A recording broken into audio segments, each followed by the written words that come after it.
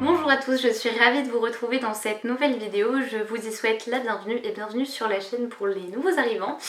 Aujourd'hui je vous propose un point lecture, un update lecture, puisque ça fait bien longtemps que je n'ai pas fait le point sur ce que j'ai lu et il y en a eu des livres, puisque on arrive au mois de juin et je ne vous ai ni fait le point lecture du mois d'avril ni de mai, donc il y a plein de choses à rattraper, surtout qu'il y a eu 2 semaines de vacances pour moi et également de longs ponts où j'ai pu me plonger dans de nouveaux univers, découvrir de nouvelles plumes et il faut absolument que je vous en parle. Donc aujourd'hui on se retrouve dans une partie 1 qui sera constituée donc de mes lectures du mois d'avril. Et puis la partie 2 sortira sans doute la semaine prochaine avec les lectures du mois de mai. Donc au niveau des 3 premières lectures, je vais essayer d'être assez expéditive puisque ce sont 3 livres dont j'ai déjà parlé sur ma chaîne. Tout d'abord on a le manga d'Ai Yazawa Nana. J'ai lu le 9e tome et j'ai beaucoup aimé. Donc Nana, pour ceux qui ne connaissent pas, c'est un shoujo.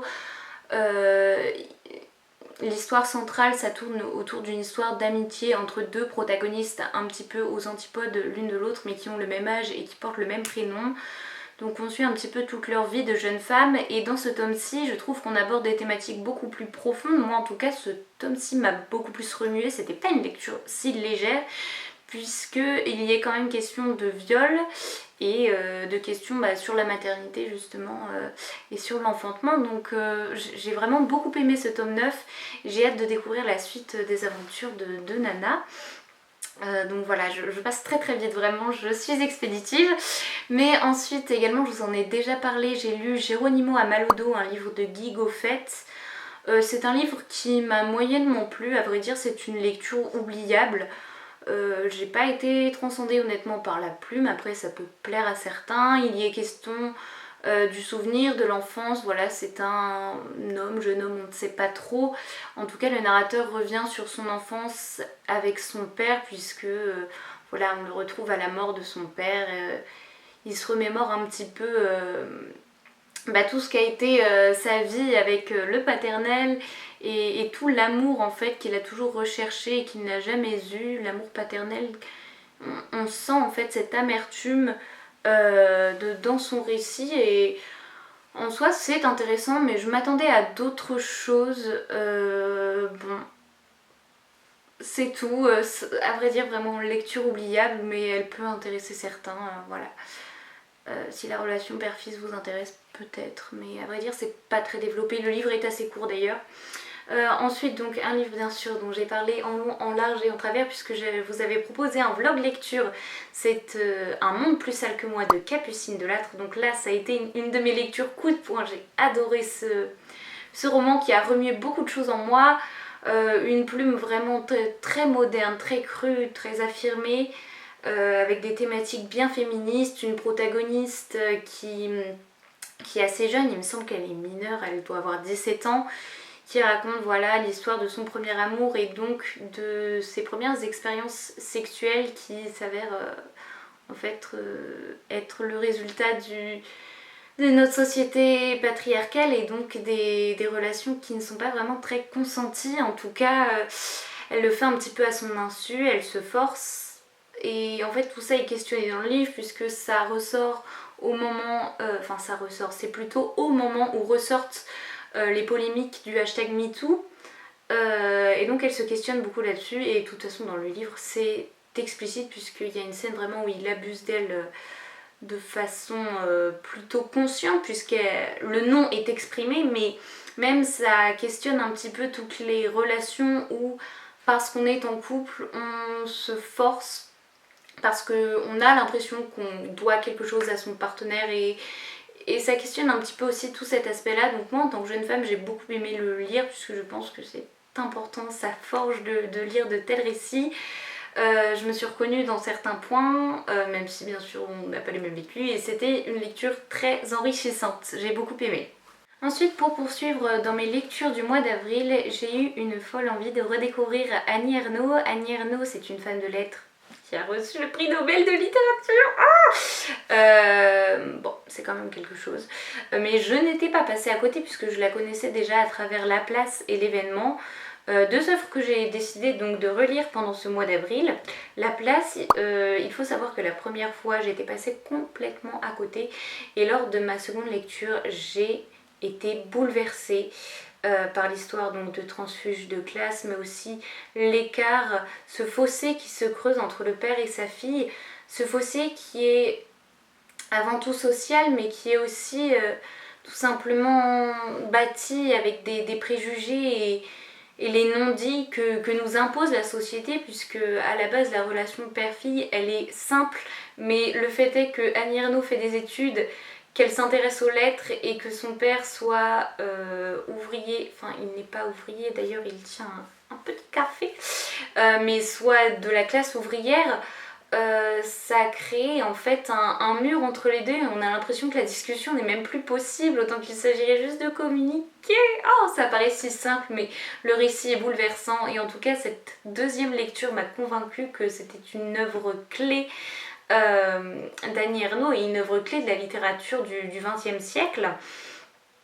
Ensuite j'ai relu L'événement, donc que j'avais déjà lu une première fois. Bon, ma lecture était quand même assez récente et L'événement, même la première fois, enfin lors de mes deux lectures, je pense que L'événement c'est un ouvrage qui bouleverse, voilà. C'est le récit autobiographique d'un avortement clandestin, donc quand on sait que c'est une histoire vraie, que l'intrigue se déroule il y a tout juste 50 ans, à l'époque de mes parents, juste c'est inconcevable pour moi de se dire qu'à cette époque, l'avortement, le droit des femmes n'était pas le même qu'aujourd'hui. L'avortement ne pouvait avoir lieu en sécurité, il était illégal, les femmes se mettaient en danger, c'était monstrueux. Juste quand on voit toutes les complications qu'a dû subir Annie Ernaux simplement pour être libre de son corps et de son destin, c'est bouleversant et L'événement c'est ça et il faut le lire. Je pense qu'il doit passer entre toutes les mains. Que l'on soit femme ou pas, que l'on ait déjà avorté ou pas, que l'on soit mère ou pas, L'événement doit être lu, c'est primordial pour moi, la plume est très très simple. Je trouve qu'à la fois il est quand même assez abordable puisque voilà, Annie Ernaux c'est pas quelqu'un qui utilise des métaphores, c'est pas quelqu'un qui en fait des caisses, qui joue sur le pathos, non au contraire, son écriture est très blanche, très plate et ça rend le récit encore plus accessible puisque en lisant L'événement, non, enfin en tout cas moi ça n'a pas été mon cas, on ne pleure pas, on ne sanglote pas, il n'y a pas les larmes qui coulent, à la limite on ressent du dégoût profond envers la société, mais je trouve que émotionnellement justement ça rend la chose beaucoup plus traversable et c'est presque anodin la façon dont elle le raconte. Alors non, maintenant je pense qu'il faut quand même considérer la chose, c'est pas ce que je dis non plus, mais ça ne rend pas la lecture facile, attention, ce n'est pas du tout ce que je dis, mais voilà, L'événement ça se lit et ce n'est pas la lecture qui vous fera vivre un tel événement. Enfin, je pense qu'il est primordial de le lire. Mes mots étaient peut-être maladroits, mais c'est pour dire que c'est une œuvre qui doit être lue. Toujours avec Annie Ernaux, cette fois-ci ce n'est pas une relecture, c'est une découverte et il s'agit du Journal du dehors. Alors c'est vraiment une œuvre à part pour moi parce que le Journal du dehors ça reste quelque chose d'autobiographique, mais c'est vraiment toutes les observations d'Annie Ernaux dans les rues. On suit en fait ses déambulations dans le métro, au supermarché. Elle décrit tout ce qu'elle voit. Littéralement, nous sommes les yeux d'Annie Ernaux. C'est un peu un point de vue omniscient. Non, pas omniscient. C'est un peu un point de vue interne, juste le temps d'une balade parisienne. C'est très particulier à lire. C'est uniquement des descriptions et des interprétations d'Annie Ernaux. Nous sommes littéralement dans sa tête. Moi ça m'a pas transcendé, c'est pas ce que je préfère lire. Après l'écriture est assez intéressante quand même, mais sincèrement c'est une lecture qui sera peut-être oubliable. Après c'était vraiment pas inintéressant, je vous invite à découvrir quand même cette œuvre, puisqu'en plus elle est vraiment pas très longue. Elle est vraiment pas très longue, donc ça ne vous prendra pas beaucoup de temps. Ensuite également, toujours pour rendre honneur aux femmes, j'ai lu une anthologie d'auteurisses. Alors ça s'appelle Autorisses, ces grandes effacées qui ont fait la littérature. C'est de Daphné Tikrizenis. J'espère sincèrement ne pas déformer son nom. Mais c'était une anthologie, alors là il s'agit d'un tome 2, une anthologie cruellement intéressante parce que on y trouve... Enfin, c'est un ouvrage qui est très éclectique. À la fois c'est éclectique, mais c'est très bien classé puisque on a toutes les essayistes, toutes les femmes qui ont fait la Révolution, toutes les femmes qui ont écrit des romans, toutes les femmes qui ont été poétesses, les femmes journalistes aussi.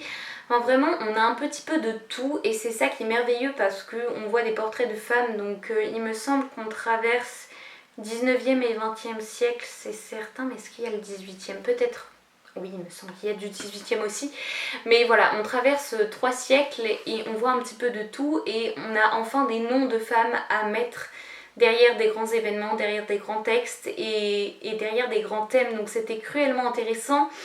J'ai vu des noms que je connaissais déjà mais qui m'ont encore plus convaincue de découvrir ces autoristes, ces poétesses. Il y avait notamment Georges de Perrubrune, Claire de Duras que j'ai découvert après, je vous en parle, et plein de poétesses. J'ai noté tellement de références et l'ouvrage était cruellement intéressant, les présentations très très bien faites, à la fois c'était concis, il n'y en avait pas trop mais on en apprenait suffisamment sur l'autrice pour la remettre dans son contexte. Et voilà, je le recommande à tous, lisons les femmes, lisons aussi les ouvrages qui font hommage à ces femmes. Et voilà, c'était une très très bonne lecture. Il faudrait que j'essaie de trouver le tome 1, puisque comme je l'ai dit, il s'agissait d'un tome 2 et je pense que la lecture du tome 1 serait tout aussi intéressante. Ensuite, toujours pour poursuivre avec un portrait féminin, je vous parlais tout à l'heure de Claire de Duras. J'ai pu la découvrir avec son premier roman qui est Tourika. C'est un très court roman de Claire de Duras, il a été publié en 1823 et ça peut freiner, mais sachant qu'il est très court et au vu de la modernité du récit, puisque oui, Aurica c'est un récit, pour moi en tout cas, qui est follement moderne, puisque Claire de Duras c'est la première à mettre au cœur de son intrigue le destin d'une jeune femme noire. Rapidement, je vais vous lire un petit peu ce que j'avais noté dans mon carnet de lecture. Ourika, c'est l'histoire tourmentée de cette jeune Sénégalaise offerte à l'ombre de la Révolution française en cadeau à la princesse de Beauvau qui est appelée Madame de B dans le récit. Elle va l'élever comme sa fille, très en avance sur son temps et sur les premières luttes raciales pour l'égalité. Madame de Duras dresse ici un portrait terriblement attachant et émouvant de cette jeune négresse. C'est les termes qui sont employés bien sûr dans le roman, qui choque toujours et met un certain éloignement quand même avec notre époque actuelle.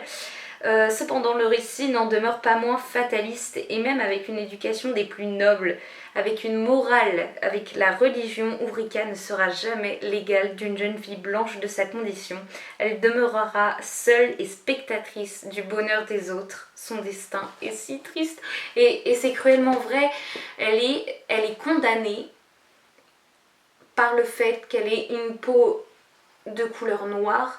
Elle est condamnée à être spectatrice du bonheur des autres et j'ai trouvé ça terriblement cruel. Elle ne peut vivre l'amour, elle ne peut espérer un avenir grandiloquent et une condition autre en fait que la condition qu'il a définie par sa couleur de peau, et c'est bouleversant. Vraiment, j'ai beaucoup aimé Ourika.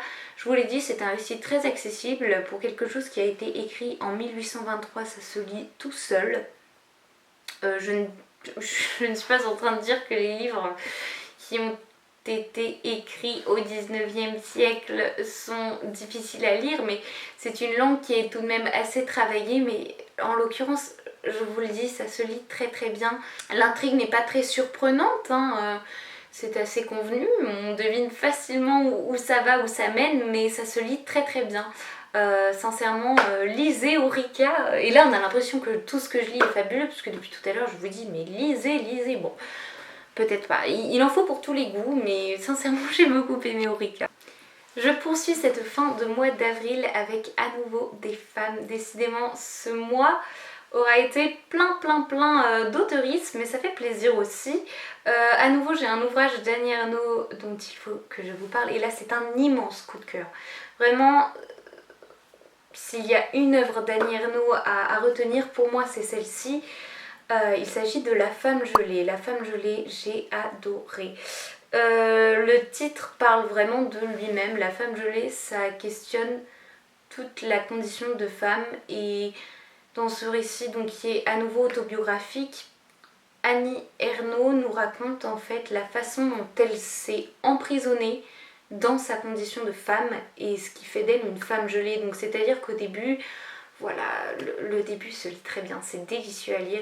Au début, voilà, on la suit étudiante, on suit plein de choses autour de sa vie, les intrigues amoureuses, puis on arrive au moment où elle se marie. Déjà, on sent un premier enfermement, je dirais, et puis vient le jour où elle devient mère, et là, à partir du moment où elle est mère et épouse, en fait, on a l'impression que dans sa vie, il n'y a plus de place pour Annie Ernaux, professeure en lettres. Non, juste, elle est mère, épouse, donc elle doit faire les courses, s'occuper du bébé, faire à manger. C'est terrible, mais c'est réel, et encore aujourd'hui, je pense que c'est un ouvrage qui est cruellement important. Il faut en prendre conscience, il faut le lire pour ne pas reproduire ces schémas. Alors je suis pas en train de juger Annie Ernaux, mais c'est justement ce qu'elle dénonce à travers cet ouvrage, cet enfermement. Et ça c'est simplement dicté par la société. Vraiment, la condition de femme, ce n'est pas ça. Nous ne sommes plus des femmes gelées, nous ne devons plus être ces femmes gelées. La vie maintenant, elle est ailleurs, et je pense qu'on peut être une épouse et une mère tout en ayant des passions, un métier. Et aujourd'hui, il y a plein de façons de vivre autrement les choses, mais ce qu'elle dénonce dans ce roman, c'est juste... Moi, ça m'a bouleversée, ça m'a choquée, vraiment ça m'a fait beaucoup réfléchir cet ouvrage. Je vous invite grandement à le lire, c'est très bien écrit. Je sais que certains ont eu plus de mal avec La femme gelée, moi au contraire ça a vraiment collé à la perfection. Je voue une admiration folle à Annie Ernaux, d'autant plus pour cette œuvre. Et pour sa vie, bien sûr, pour sa vie de femme. Pour terminer cette update lecture, quoi de mieux qu'une femme? Oui, encore. Il s'agit de Marina Tsvetaeva, dont je vous avais parlé précédemment pour son recueil Le ciel brûle, suivi de tentatives de jalousie, qui était vraiment un immense coup de cœur pour moi. Ici, de Marina Tsvetaeva, j'ai voulu lire un petit peu la suite de sa poésie, et donc son recueil Insomnie et autres poèmes. Bon, à nouveau, j'ai trouvé dans la préface des éléments de sa biographie très intéressants. Il y a eu de très belles pages, de très beaux vers dans ce recueil. Maintenant, il m'a beaucoup moins marqué que la première découverte que j'en avais faite. Bon, ce n'est pas grave, la poésie, ça se savoure, ça se déguste. Ce n'était peut-être pas le moment, je le relirai sans doute. Reste une poétesse qui a une écriture juste incroyable, qui a traversé des drames historiques, familiaux, qui a traversé plein de choses. Moi, c'est une femme que j'admire énormément. Et dont le destin m'impressionne, donc oui, j'ai toujours envie de découvrir son œuvre, même après cette mini déception, mais je vous le dis, il y a eu de très belles pages. Honnêtement, j'ai aussi relevé certains vers, il y a des poèmes vraiment très beaux.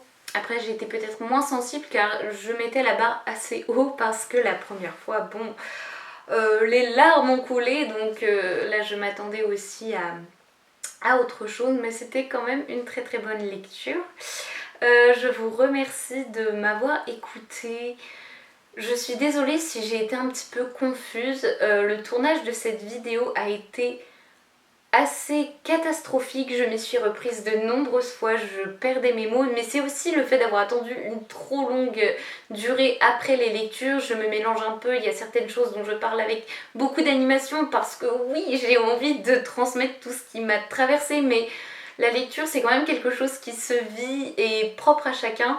Donc je vous laisse vous faire votre avis. En tout cas, vous l'aurez compris, il y a beaucoup de choses que je recommande.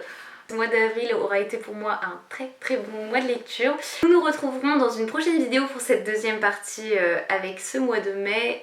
Je vous remercie de m'avoir regardé. Merci à vous pour les récents abonnements, pour les commentaires, pour votre soutien. Vraiment, ça m'est d'une aide immense. ça m'aide encore plus à apprécier ce que je fais et de savoir que mon contenu intéresse et qu'il y a des gens derrière l'écran. C'est juste fabuleux, je ne vous remercierai jamais assez, donc merci à vous. Je vous dis à très très vite et je vous souhaite de faire de très belles lectures.